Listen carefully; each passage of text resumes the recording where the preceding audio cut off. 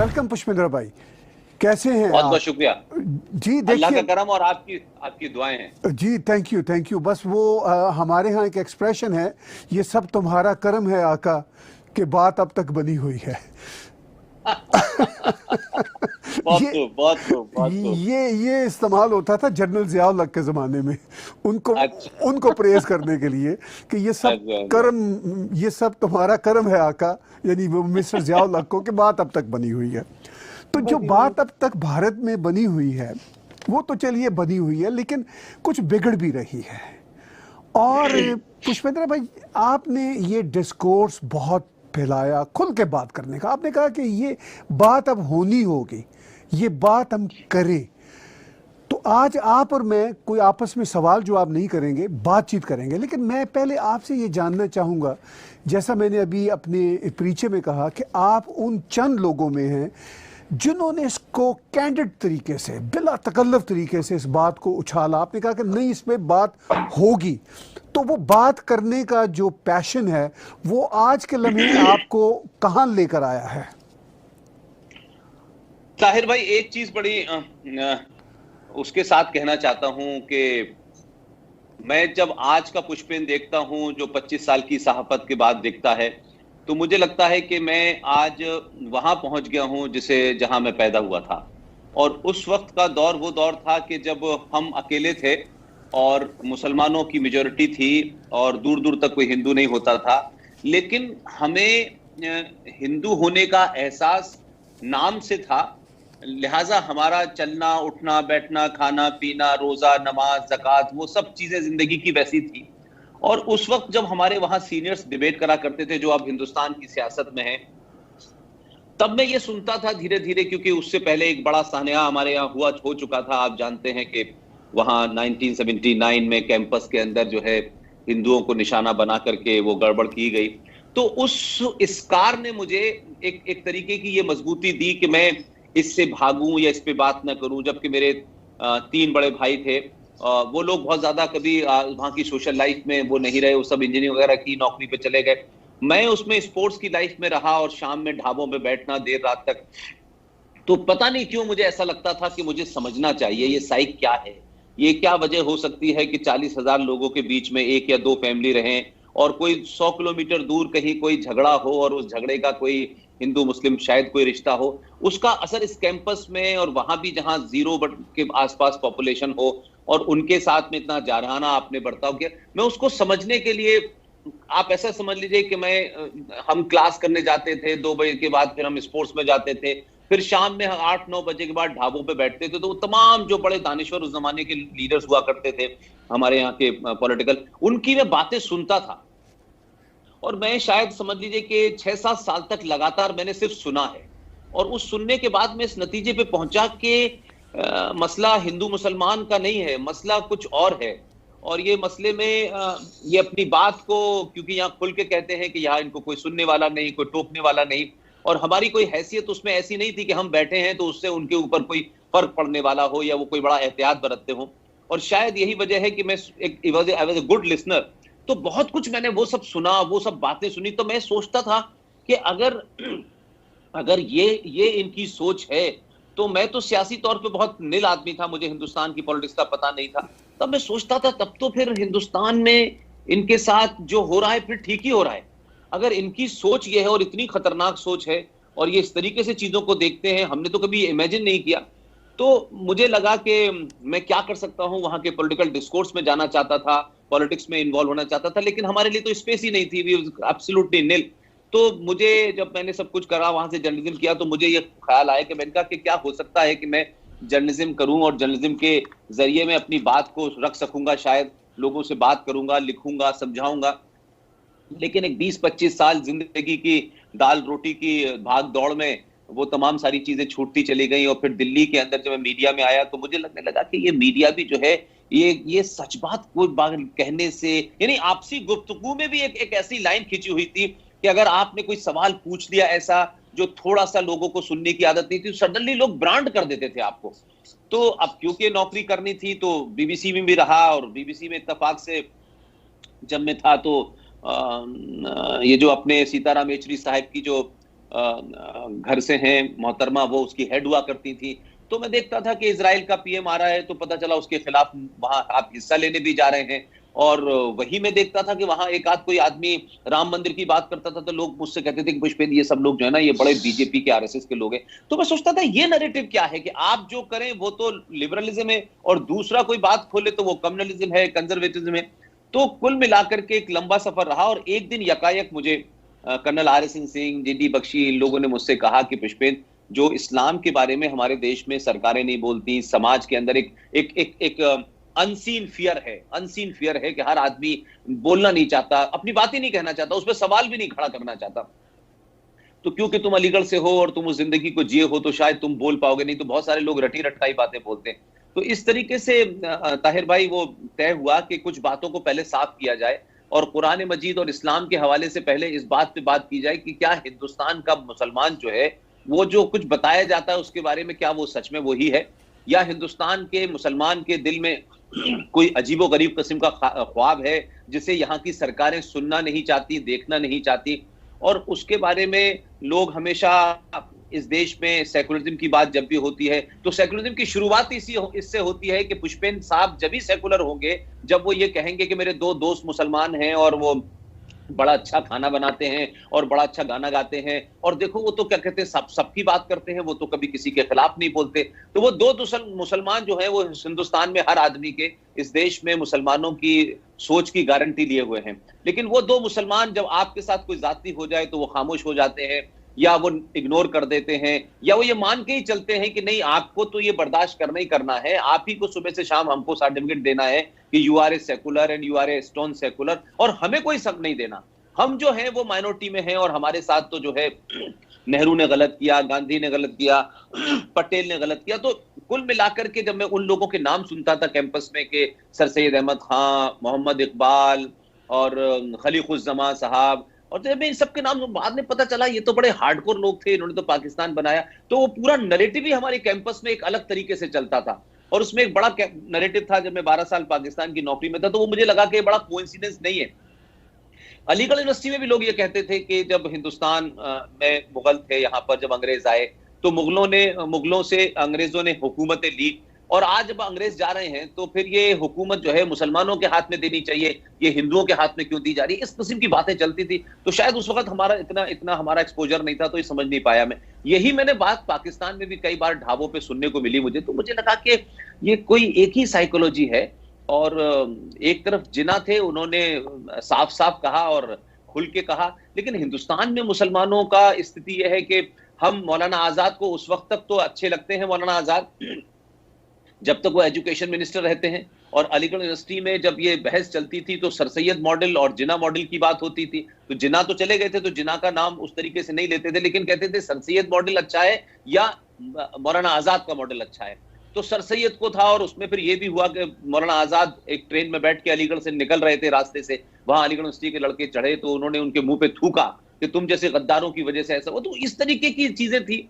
तो कुल मिलाकर के इस 25 साल के सहाफत के सफर के बाद मुझे लगा कि मुझे अब कुछ कहना चाहिए, और शायद अगर मैं ये नहीं कहूंगा तो मैं अपने साथ भी जाती करूंगा और मुझे ये लगेगा कि फिर मुझे दूसरे से भी ये हक नहीं है कहने का कि लोगों को बोलना चाहिए।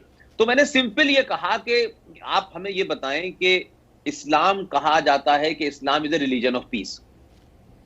मैंने कोई किताब पे सवाल नहीं उठाया। अगर Islam is religion of peace है तो जो आपके 53-54 मुल्क है भाई, वहां कोई दूर दूर तक ऐसा आदमी नहीं है जो इस्लाम के बारे में कुछ गलत भी सोचता हो।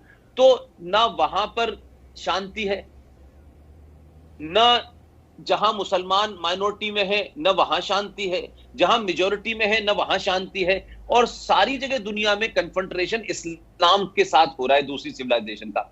तो ये बात इस्लाम को तय करनी है कि क्या इस्लाम के बारे में ये जो फैलाया गया इस्लाम इज रिलीजन ऑफ पीस, तो पीस है कहां पर। तो फिर जब हम आए थे 88 के अंदर दिल्ली, तो उस वक्त तो पता चला ये कश्मीर का मामला हुआ था, तो हमारी सहाफत का सफर शुरू हो रहा था। उसी वक्त सब ये कुछ हमने देखा, तब लगा कि हमको ये मुसलमान के ऊपर अटैक नहीं करना चाहिए। हमारे यहाँ एक बड़ा जिसे कह सकते हैं कि एक सामूहिक तौर पे या कलेक्टिवली एक ऐसा झूठ बना लिया है लोगों ने कि देखिए मुसलमान जो है ना वो इसमें कुछ मुसलमान खराब हैं, इस्लाम ऐसा नहीं कहता। तो ये बहुत दिन तक चला। और मैंने कहा ये कैसे मुमकिन हो सकता है कि मुसलमान गड़बड़ हो सकता है, कुरान से कोई मतलब नहीं, और कुछ मुसलमान। तो ये कुछ मुसलमानों को मैंने ढूंढना शुरू किया कि कुछ मुसलमान जो पिछले 50 साल में मेरी जिंदगी में आए वो कहाँ हैं और क्या होता है। तो मुझे लगा कि मुसलमान पढ़ा लिखा हो, मुसलमान बड़ा एजुकेटेड भी हो, मुसलमान सब वो वहां तक तो बात करता है, लेकिन जैसे ही बात आप कुछ किताब के ऊपर बात करने लगे कि जनाब उसमें कुछ इस तरीके की बातें हैं, तो वो एकदम एकदम जिसे कहते हैं ना कि हमारे यहाँ यूपी में कहा जाए हत्थे से उखड़ जाना, तो वो एकदम मतलब एकदम उसके अंदर ऐसा लगता है कि कोई खास किस्म का जिन अंदर आ गया और वो फिर बहुत एग्रेसिव हो जाता है। तो इस नुक्ते नजर से बातचीत हुई तो हमने कहा कि भाई हिंदुस्तान में जो मुसलमान है, आप मुसलमान जो लीडरान बहुत सारी बातें भी कहते हैं, आप उनको भी रिजेक्ट कर देते हैं। आज भी हिंदुस्तान में मैं बार बार ये कहता हूं कि 1946 का जो चुनाव है उसके जो नतीजे हैं, अगर आप उस नतीजों को देख लें तो उसमें से बहुत सारे मुस्लिम लीडर जीते, मुस्लिम लीग के लोग जीते, क्योंकि 492 सीटें मुसलमानों के लिए रिजर्व थी, उसमें 29 सीटें जीती मुस्लिम लीग ने।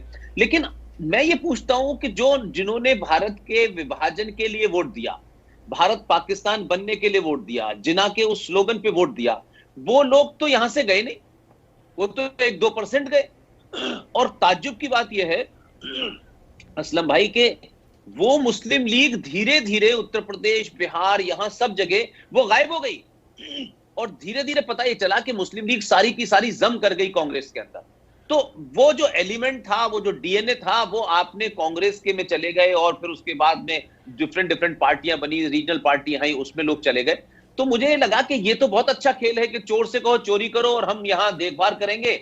ये बिल्कुल वैसे ही हुआ कि पाकिस्तान भी बनवा दिया और तमाम सारी बातें भी हो गई, और फिर यहाँ एक बहुत बड़ा धड़ा यहां रहा, और फिर यहाँ ये नैरेटिव चलाया गया सारे धर्म बराबर है, मजहब नहीं सिखाता आपस में पैर रखना, हिंदी है हम वतन है हिंदुस्तान हमारा। तो ये सब स्लोगन चले, जो आज लोगों को लगता है कि भाई अगर ये सब स्लोगन थे तो मुल्क भी बटा, लाखों लोग भी बने। और मुल्क बटते वक्त ना आरएसएस थी, ना बीजेपी थी, ना बजरंग दल था, तब भी एक बहुत हिंदुस्तान के सेकुलर लीडर थे, तमाम सारी चीजें हुई। तो कुछ चीजें हुई, और फिर जो पहले शिक्षा मंत्री बने 1947 से 1958 तक, और फिर उसके बाद हुमायूं कबीर बने, फखरुद्दीन साहब बने, फिर आपके नूरुल हसन साहब बने, तो मुझे एनसी छागला बने, और 2009 में तो जेंटलमैन मिस्टर अशरफ अली फातमी जो दरभंगा के एमपी, वो इनका 6 एजुकेशन मिनिस्टर बने।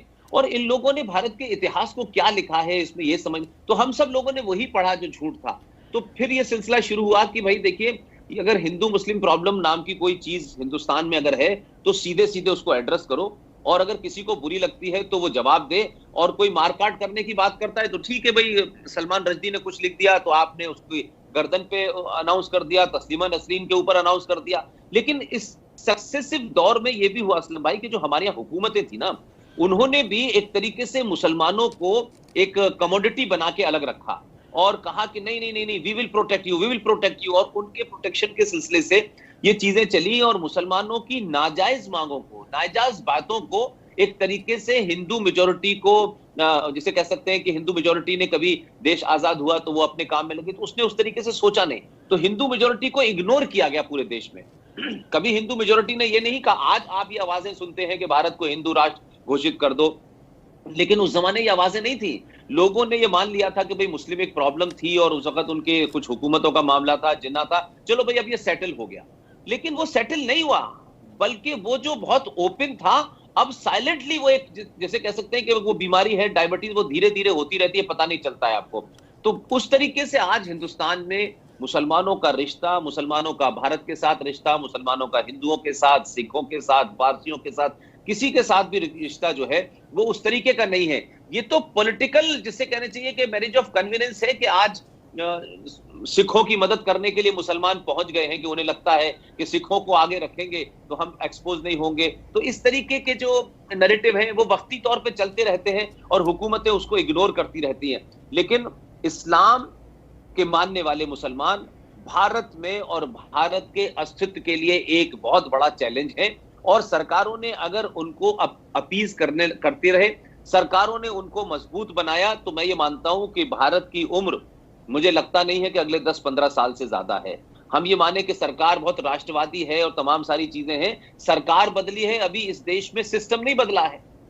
इस सरकार के दौर में ये तो हो गया है कि साहब मुसलमान एमपी बीजेपी की पार्टी से नहीं है, बीजेपी की पार्टी से उत्तर प्रदेश में मुसलमान एमपी नहीं है, बट सिस्टम में आप उनको अपीज कर रहे हैं और इस तरीके से सिस्टम में अपीज कर रहे हैं कि अब आपके सामने ये प्रॉब्लम है कि जो आदमी ने एक नौकरी पाली है आपकी ब्यूरोक्रेसी में, वो तो 40 साल के बाद रिटायर होगा ना।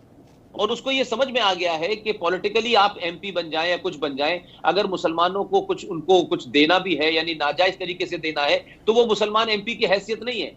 वो वहां सिंबॉलिकली बहुत सारी बातें करता है, लेकिन अगर हम सिस्टम में बैठ गए, जिसकी बातें किसी जमाने अलीगढ़ के ढाबों पे हुआ करती थी कि अगर मुसलमानों को दोबारा से अपनी हुकूमत को हासिल करना है तो हमें इस देश के सिस्टम के अंदर घुसना चाहिए, हमें जुडिशरी में घुसना चाहिए, हमें ब्यूरोक्रेसी में घुसना चाहिए, क्योंकि ब्यूरोक्रेसी तय करती है कि देश कैसे चलेगा। लिहाजा नेता तो आते हैं जाते हैं। तो आज जो स्थिति है वो ब्यूरोक्रेसी में खुली छूट हो गई है उनको।